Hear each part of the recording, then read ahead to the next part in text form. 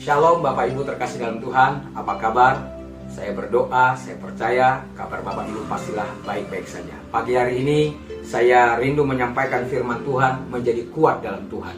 Apa itu menjadi kuat dalam Tuhan? Dan bagaimana kita menjadi kuat dalam Tuhan?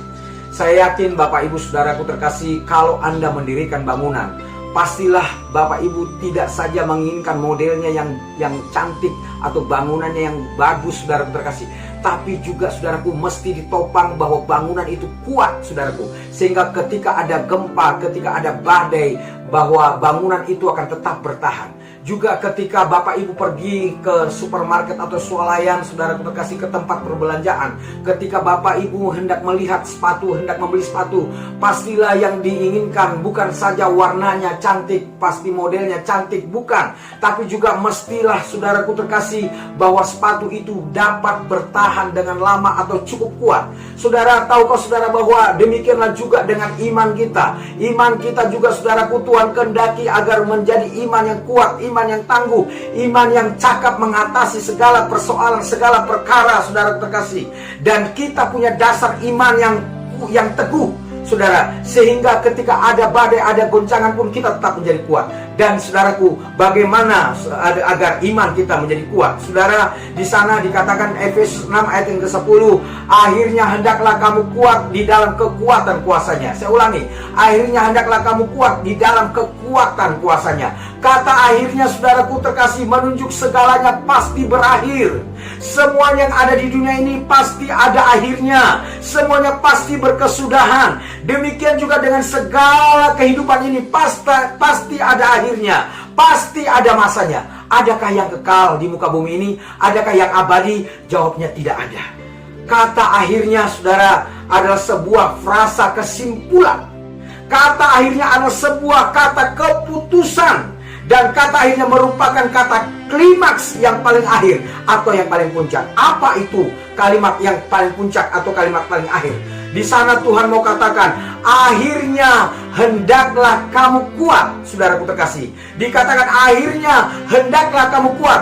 Saudara, menjadi kuat adalah permintaan terakhir dari Rasul Paulus bagi jemaat Efesus. Ini juga menjadi permohonan bagi kita sekalian. Menjadi kuat adalah kerinduan Rasul Paulus bagi jemaat Efesus. Mengapa, saudaraku terkasih? Karena kekuatan itu pastilah sangat penting, sangat dibutuhkan, dan sangat diperlukan. Adakah engkau sedang memerlukan kekuatan hari-hari ini? Dan kekuatan seperti apa yang saudara butuhkan? Dan mengapa kita butuh kekuatan? Karena yang pertama, saudaraku, kenapa kita butuh kekuatan? Karena kenyataan seringkali berbeda dengan harapan. Saudaraku, mungkin engkau berharap yang terbaik datang kepadamu. Mungkin saudaraku berharap yang paling luar biasa. Tapi justru sebaliknya lah yang terjadi, yang datang ke dalam kehidupanmu. Oleh karena itu dalam masa-masa seperti ini, justru engkau harus menjadi kuat. Karena saudaraku dikatakan bahwa bukan selamanya bahwa yang terbaik yang datang. Tapi saudaraku terkasih, justru kadang-kadang yang kelihatan yang tidak baik, itulah yang datang kepada kita. Yang kedua, saudaraku terkasih, kekuatan menjadikanmu tak terkalahkan. Kekuatan menjadikanmu tak terkalahkan. Hanya dengan kekuatanlah yang membuatmu perkasa. Hanya dengan kekuatanlah yang membuatmu tak terkalahkan. Dan hanya dengan kekuatanlah yang membuatmu keluar sebagai pemenang. Dan hanya dengan kekuatanlah yang membuatmu tetap bertahan. Saudaraku terkasih, itulah mengapa kita perlu menjadi kuat. Dan saudaraku terkasih, bagaimana kita menjadi kuat, saudaraku? Apakah dengan melatih otot-otot kita? Apakah dengan minuman jamu tertentu, saudaraku terkasih? Atau minuman penyehat, atau minuman multivitamin tertentu, supaya kita menjadi kuat, supaya kita menjadi sehat? Iya, mungkin secara jasmani kita menjadi kuat. Tapi bagaimana dengan iman kita? Bisakah menjadi kuat dengan minuman-minuman itu? Jawabnya tidak. Jadi bagaimana kita menjadi kuat, saudaraku terkasih? Yang pertama di sana dikatakan, supaya kamu hendaklah kamu kuat di dalam Tuhan. Artinya, saudaraku terkasih, di luar Tuhan Anda menjadi lemah, Anda tak berdaya, dan Anda tidak menjadi kuat. Anda bisa saja melatih otot-ototmu, Anda bisa saja melatih tubuhmu menjadi kuat, tetapi kekuatan iman hanya engkau dapatkan, hanya muncul karena iman kepada Yesus Kristus.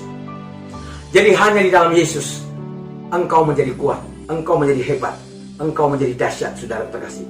Dan yang kedua, saudara terkasih, dengan bagaimana kita menjadi kuat? Yang kedua, di dalam kekuatan kuasanya. Ada apa dengan kuasa Tuhan? Mengapa dengan kuasa Tuhan? Kuasa Tuhan itu tak terbatas dan kuasa Tuhan itu tak terhingga, saudara terkasih. Jadi Anda menjadi kuat karena kekuatan kuasanya, karena kehebatannya, saudara terkasih. Jadi tanpa kuasanya Anda menjadi lemah, Anda menjadi tak berdaya. Dan perlu Anda ketahui bahwa kuasa Tuhan itu tiada bandingnya. Dan kuasa Tuhan itu tidak bisa disandingkan dengan apapun. Itu sangat dahsyat, itu sangat luar biasa. Dan kekuatan Tuhan itu begitu hebatnya, begitu dahsyatnya, begitu luar biasanya. Karena itu, saudara terkasih, saya mau katakan, hendaklah kamu kuat. Bagaimana menjadi kuat? Yang pertama, saudara, kita menjadi kuat karena kita di dalam Dia, di dalam Yesus. Dan yang kedua, saudara terkasih, kita menjadi kuat karena kita kuat di dalam kekuatan kuasanya. Jadi saudara terkasih, dua hal ini saya sampaikan, saudaraku, bagaimana kita menjadi kuat. Biarlah Bapak Ibu doa saya, harapan kita, harapan saya, Bapak Ibu menjadi kuat, tetap kuat dan tetap teguh walau apapun yang terjadi. Dan saya ucapkan shalom dan selamat pagi. Tuhan Yesus memberkati.